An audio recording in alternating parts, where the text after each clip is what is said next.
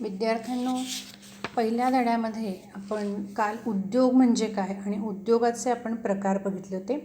यामध्ये आपण व्यवसाय चार्ट मी तुम्हाला दाखवला, तर त्याच्यामध्ये उद्योग आणि वाणिज्य हे दोन मुख्य भाग होते.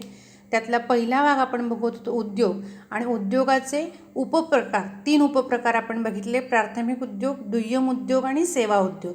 आणि या 3 उपप्रकारांचे परत अजून उपप्रकार बघितले. प्राथमिक उद्योगातलं आपण बघितलं शेती, निष्कर्षक, जैविक. दुय्यम उद्योगामध्ये आपण बघितलं उत्पादन, बांधकाम. सेवा उद्योगामध्ये आपण बघितलं वाहतूक, बँक, हॉटेल, पर्यटन, मनोरंजन. अशा पद्धतीने आपण मागच्या तासाला उद्योग म्हणजे काय आणि उद्योगाचे पहिले 3 मेन प्रकार आणि त्याचे उपप्रकार हा आपला अभ्यास झालेला आहे. आता आज आपल्याला दुसरा प्रकार बघायचा आहे, तो म्हणजे वाणिज्य. आता वाणिज्य म्हणजे काय आणि वाणिज्याचे प्रकार हा भाग आता आपल्याला इथे बघायचा आहे. आता वाणिज्य म्हणजे काय हे आधी तुम्हाला सांगायला पाहिजे. वाणिज्य हा व्यवसाय कृतीचाच एक घटक आहे किंवा एक भाग आहे असं म्हटलं तरी चालेल. वाणिज्यामध्ये ज्या काही वस्तू किंवा सेवा निर्माण झालेल्या असतात किंवा उद्योगांनी ज्या काही वस्तू तयार केलेल्या असतात, त्या वस्तूचं वितरण या वाणिज्यामध्ये अपेक्षित आहे. हे वस्तूंचं वितरण सुलभपणे किंवा न थांबता कोणत्याही अडथळ्याशिवाय व्हावं, हा मुद्दा किंवा हा हेतू वाणिज्यामध्ये अभिप्रेत असतो. वाणिज्यामध्ये उत्पादक आणि ग्राहक यांना समोर ठेवून वाणिज्याचं काम केलं जातं किंवा वाणिज्यामध्ये उत्पादक आणि ग्राहक यांचा सेतू म्हणा किंवा यांचा मध्यस्थ म्हणून वाणिज्य काम करत असतं. वाणिज्याद्वारे दिले जाणारे जे काही काम आहे किंवा ज्या काही सेवा आहे, हे यांचा मोबदला पैशाच्या स्वरूपामध्ये दिला जात असतो. तर थोडक्यात वाणिज्य म्हणजे उत्पादित केलेली वस्तू अंतिम ग्राहकापर्यंत पोहोचावी यासाठी मध्ये ज्या काही सेवा दिल्या जातात किंवा जे काही काम केलं जातं, या सर्व प्रक्रियांचा समावेश वाणिज्यामध्ये केला जातो. आता वाणिज्यामध्ये व्यापाराचे वर्गीकरण केले. 2 भागामध्ये वाणिज्याची त्यांनी माहिती करून सांगितली आहे. पहिलं व्यापार आणि दुसरं व्यापाराच्या अनुषंगिक सेवा किंवा अनुषंगिक साधनं. तर त्यातला पहिला भाग आपल्याला बघायचा आहे व्यापार. तुम्हाला आत्ता मी परत सांगते, वाणिज्याचं 2 भागामध्ये वर्गीकरण केलेलं आहे: व्यापार आणि व्यापाराच्या अनुषंगिक सेवा किंवा अनुषंगिक साधने. तर त्यातला पहिला भाग आपण बघणार आहोत व्यापार. आता व्यापार म्हणजे काय सगळ्यांना माहिती आहे की वस्तू आणि सेवांची खरेदी विक्री ज्या ठिकाणी होते तेव्हा त्याला व्यापार असं म्हटलं जातं. उत्पादक आणि ग्राहक यांच्यातील संबंध साधणारा व्यापार हा दुवा असतो.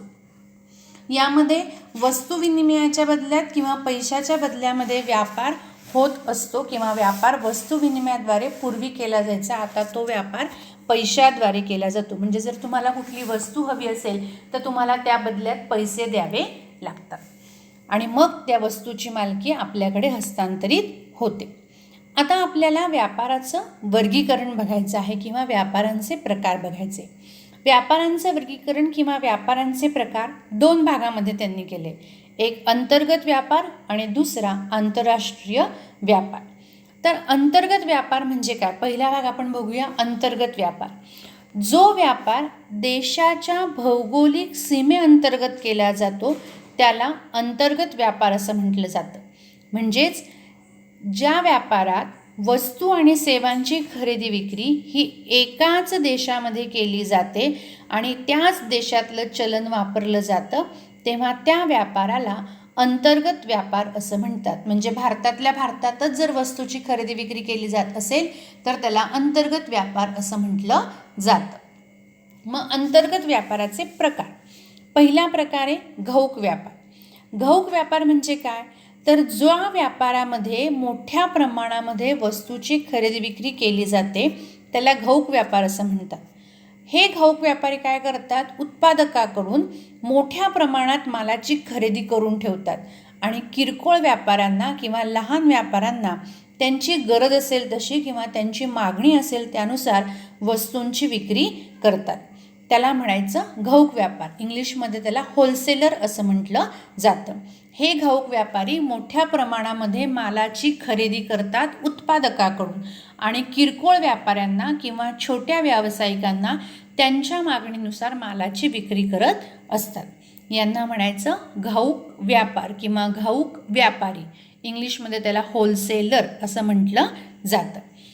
घाऊक व्यापार हा उत्पादक आणि किरकोळ विक्रेता यांच्यातला दुवा समजला जातो. त्यानंतर दुसरा पॉईंट आहे किरकोळ व्यापार. जो व्यापारी घाऊक व्यापाराकडून किंवा प्रत्यक्ष उत्पादकाकडून वस्तूची खरेदी करतो आणि ग्राहकाला लहान प्रमाणात वस्तूची विक्री करतो त्याला किरकोळ व्यापारी असं म्हटलं जातं. म्हणजे घाऊक व्यापाराकडनं गरज असेल किंवा उत्पादकाकडून त्याला जेवढी गरज असेल तेवढी वस्तूची खरेदी केली जाते आणि ही वस्तूची केलेली खरेदी ग्राहकांना विकली जाते त्याला म्हणायचं किरकोळ व्यापारी. किरकोळ व्यापारी हा उत्पादक आणि ग्राहक यांच्यामधला दुवा समजला जातो. लक्षात आलं मुलांना? आत्ता आपण बघितला अंतर्गत व्यापार. परत सांगते, अंतर्गत व्यापार देशाच्या भौगोलिक सीमेअंतर्गत जो व्यापार केला जातो त्याला अंतर्गत व्यापार म्हणतात. अंतर्गत व्यापाराचे 2 प्रकार. घाऊक व्यापार. घाऊक व्यापार म्हणजे काय? जो उत्पादकाकडून मोठ्या प्रमाणात वस्तूची खरेदी करतो आणि किरकोळ व्यापाऱ्यांना त्यांच्या मागणीनुसार वस्तूंची विक्री करतो त्याला म्हणायचं घाऊक व्यापार. त्यानंतर किरकोळ व्यापार. जो व्यापारी घाऊक व्यापाराकडून किंवा उत्पादकाकडून आवश्यकतेनुसार वस्तूची खरेदी करतो आणि अंतिम ग्राहकाला मागणीनुसार वस्तू विकतो त्याला म्हणायचं किरकोळ व्यापारी.